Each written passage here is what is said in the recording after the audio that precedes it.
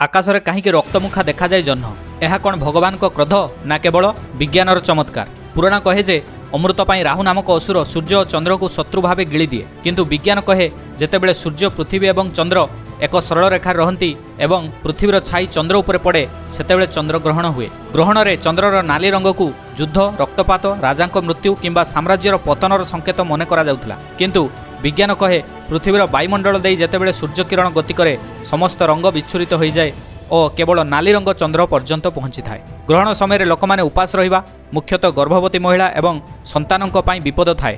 ଏହାକୁ ଅଶୁଭ ମାନି ଘରୁ ବାହାରିବା ମନା ହୋଇଥାଏ। ବିଜ୍ଞାନ କହେ ଗ୍ରହଣ ସମୟରେ ଚନ୍ଦ୍ରର ତାପମାତ୍ରା ଅତିଶୀଘ୍ର 300 ଡିଗ୍ରୀ ଫାରେନହାଇଟ୍ ପର୍ଯ୍ୟନ୍ତ କମିଯାଏ। ଏହି ତାପଜ ଝଟକା ଯୋଗୁଁ ଚନ୍ଦ୍ରର ଭୂମି ଓ ପଥରଗୁଡ଼ିକ ଫାଟିଯାଏ।